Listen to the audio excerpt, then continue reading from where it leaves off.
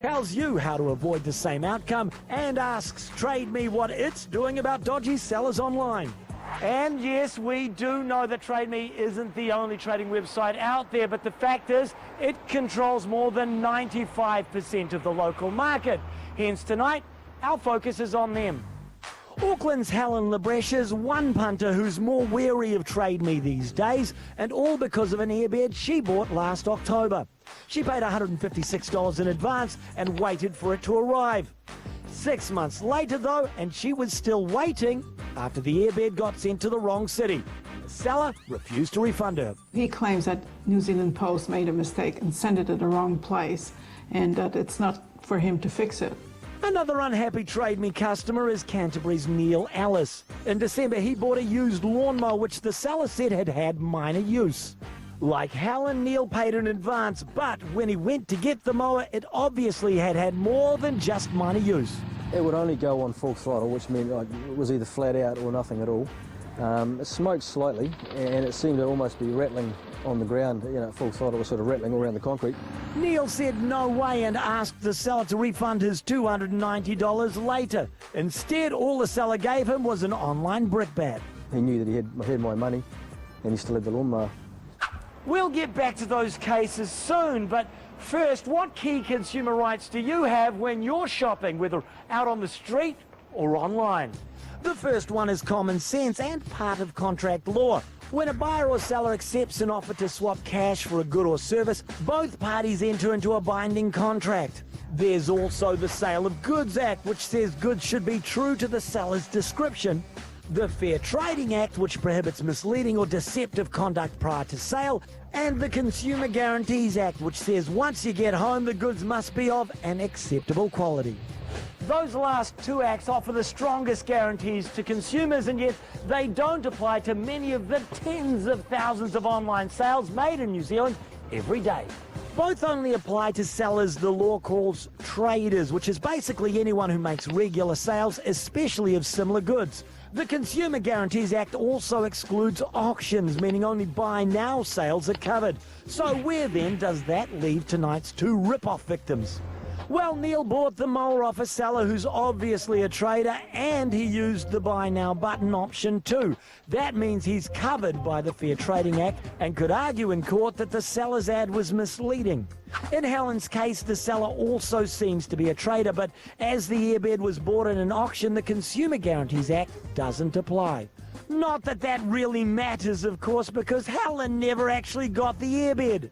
Her case is a clear breach of contract law, though. The seller took the money, but Helen never got the goods.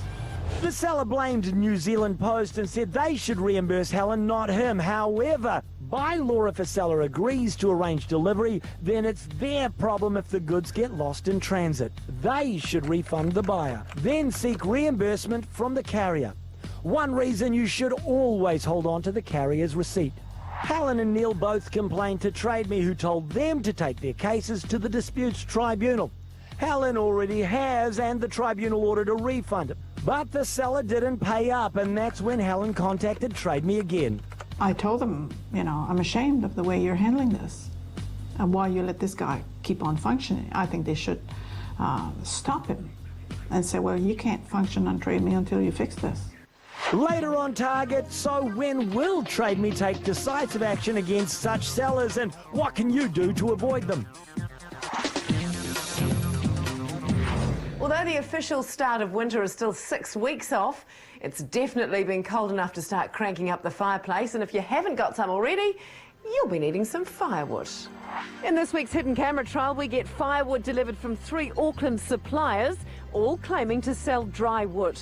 We'll look at how much we get, the quality and type of the wood, and of course, how dry it actually is. The first load arrives on time from City Firewood Supplies, but arrives in a Suburban Soils Limited truck, and they drive straight past the delivery point.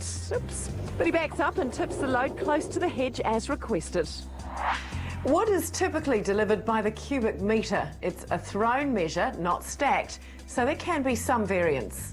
At $80 per metre, did we get a fair share? We ordered 2 cubic metres, and that's what we got, plus a little extra. and all these soil-covered yard scrapings too. I suppose it could be used for kindling, but put on a fire, it would just turn to ash. The more likely scenario is that you'd be left to clean it up off your driveway and throw it away. Let's check out the quality. Hardwoods burn longer and hotter than softwoods and are usually more expensive. Pine costs less, but to produce the same amount of heat, you have to burn more. Macrocarpa burns more slowly than most other softwoods, but we don't want to see any of this in our deliveries because it spits, and we're ordering wood suitable for an open fire. City Firewood Supplies told us they do a pine and hardwood blend of gum, macrocarpa and wattle, suitable for all fires. We received lots of pine and redwood, but less gum. No wattle or macrocarpa. Although it's good we didn't get a wood that spits, redwood isn't a great substitute for macrocarpa or wattle. It's less dense, so it burns quickly and puts out less heat. The wood isn't a standard size either, according to our expert, with some big chunks and these tiny scraps. Tip time, burning dry firewood is best because wet or green wood doesn't produce as much heat, and a cooler fire could emit more smoke and pollutants. To tell if a piece is dry, the moisture meter takes a reading 5 centimetres inside the core. We'll sample 10 pieces looking for a moisture content of less than 20% to show that it's dry enough to burn efficiently. With an average moisture content of 38.9%, our expert deemed this as wet. Overall, City Firewood Supplies in Auckland followed our delivery instructions and we got more than we ordered, but we also got unwanted scraps and odd-shaped pieces. We've marked them down for the moisture content, but wood dries if it's stacked and ventilated properly. At $160, they were the cheapest in our trial by far, so we've scored them 8 out of 10. They respond about the wet wood.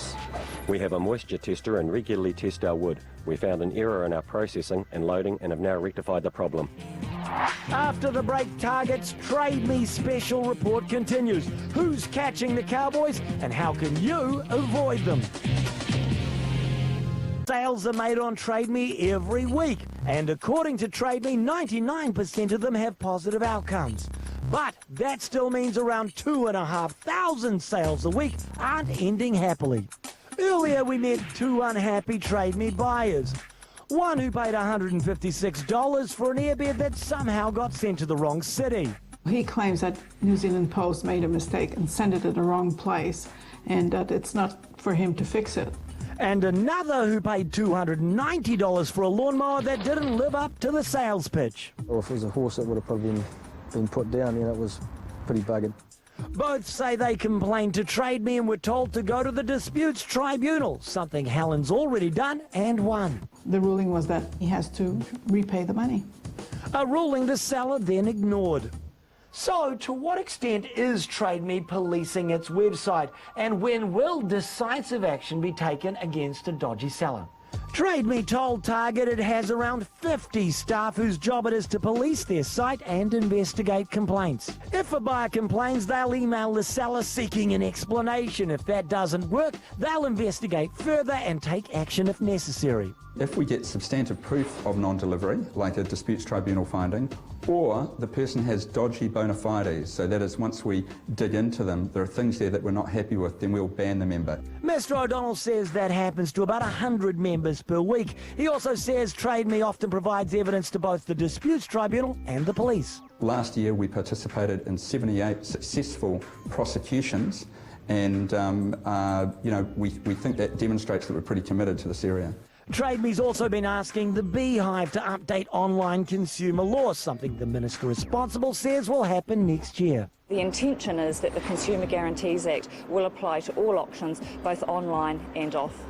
All auctions, that is, where the seller fits that legal definition of a trader, but still not those where the sellers are mum and dad amateurs.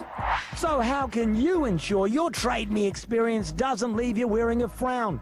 For starters, before you buy, check the seller's feedback rating. If it's below a certain level, think twice. The sort of rule of thumb that I would use is around the 96-97% factor. You should also be wary of sellers who won't allow pickups, and don't be scared to ask questions, even basic ones like, is there any damage? If the seller won't answer your or other people's questions, consider it a warning sign.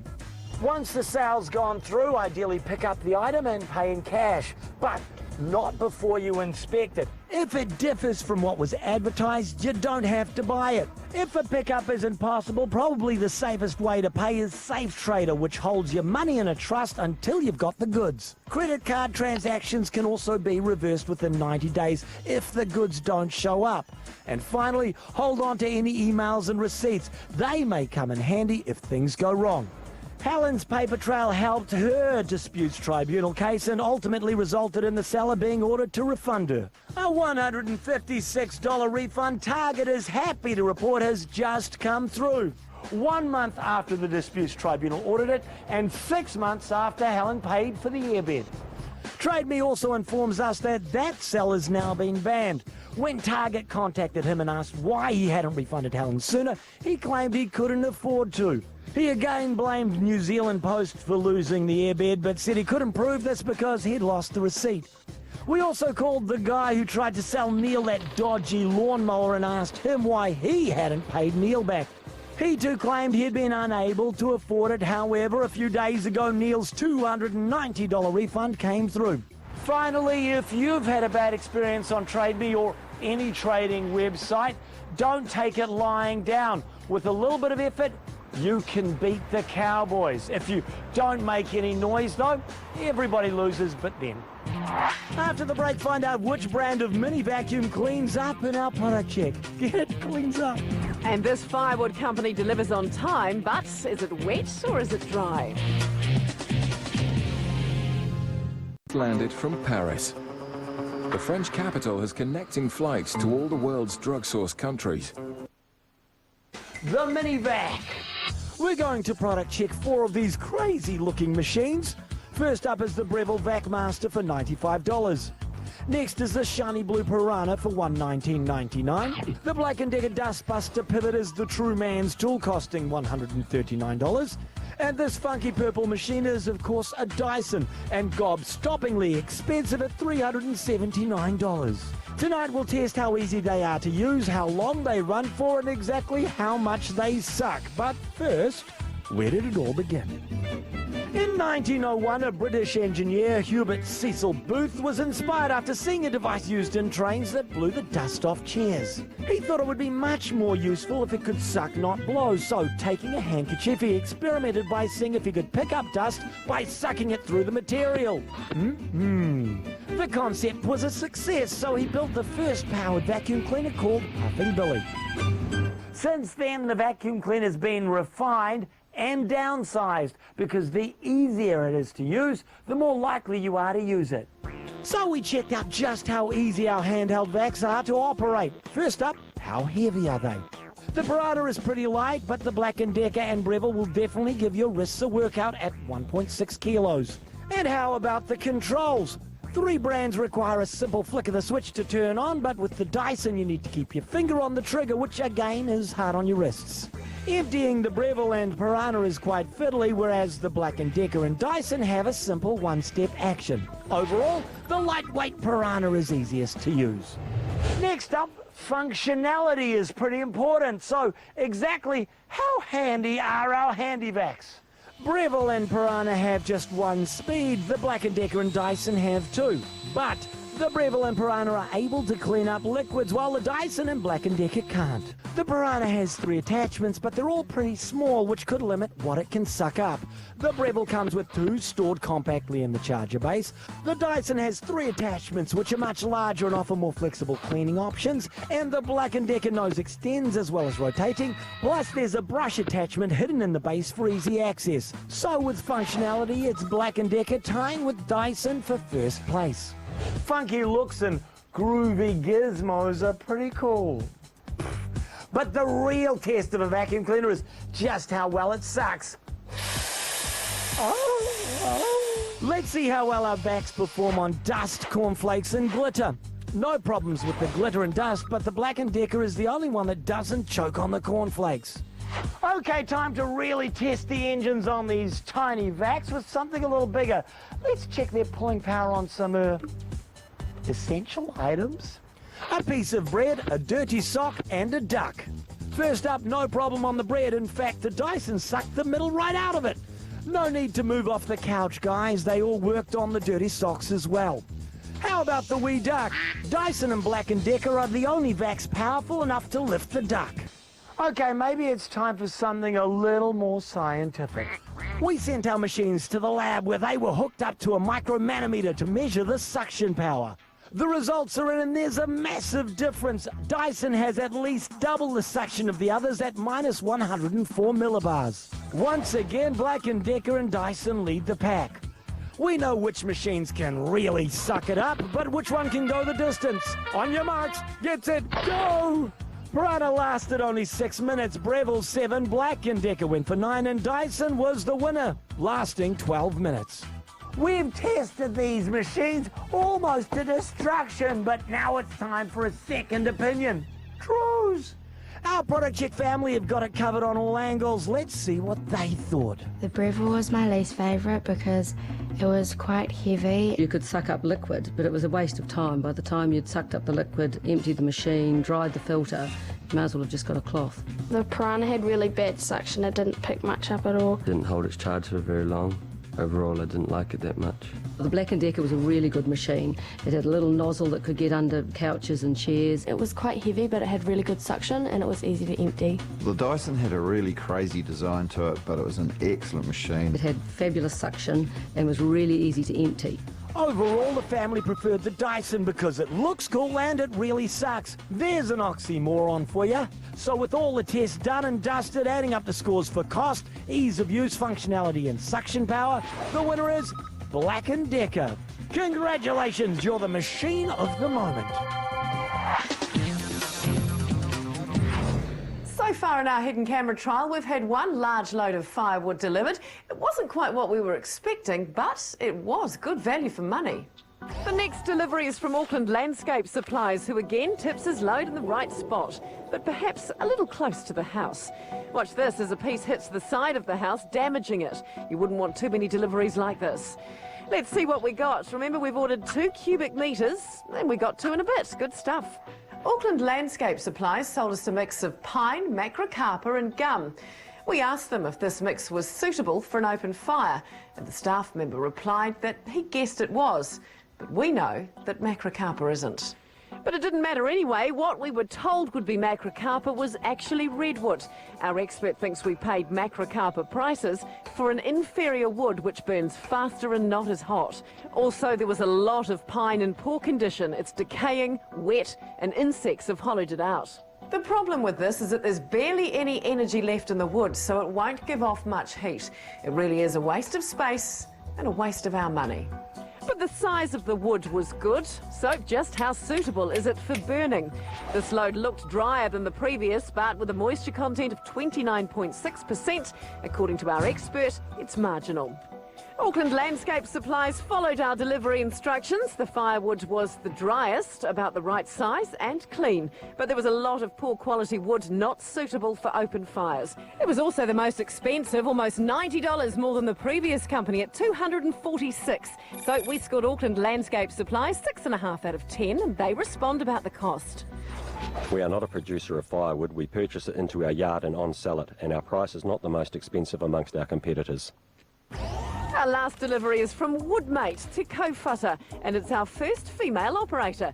She delivers right on the spot we've requested and checks we've got the whole load. She really should be wearing boots around those heavy pieces of wood though. So how did it stack up? Just under 2 cubic metres, which is the smallest in our trial, but it's a good clean load and all of the blocks are a standard size. They told us to avoid macrocarpa and order 1 metre of softwood and 1 of hardwood, which was good advice, but it wasn't a 50-50 split. There was far more softwood. With a difference of $30 a metre between the two, our expert didn't think it was good value for money, but is it dry? Remember, we're aiming for around 20% moisture content for optimum burning. The pine was excellent, but the hardwood was the wettest so far. Our expert's opinion, wet. So although the wood was clean and of regular size, there should have been more of the hard stuff. The pine was dry, but the moisture content of the hardwood let them down. They were the second most expensive in our trial, and we scored Woodmate to Kōwhata 7.5 out of 10. And they query our testing method for moisture content. We do not know how big your test sample was and whether the different species were correctly identified and the meter recalibrated for each. We sampled 10 logs and our expert did identify and recalibrate the moisture meter for the different varieties. Our trial has revealed that even if firewood is sold as dry, it may actually be far from it. Ask friends and family for recommendations if they have a good supplier. New standards are on their way for firewood retailers, but if, like us, your firewood arrives wet, you are within your rights under the Consumer Guarantees Act to ask the supplier to replace it with dry stock. Next week on Target, will any shopkeepers be willing to break the law and sell cigarettes to this 14-year-old child? Brooke looks at why some broadband plans let you go well over your limit without letting you know until you're faced with a bill in the thousands. And find out which brand of hot chili sauce will set your taste buds on fire. Target tests were done independently by SGS New Zealand Limited.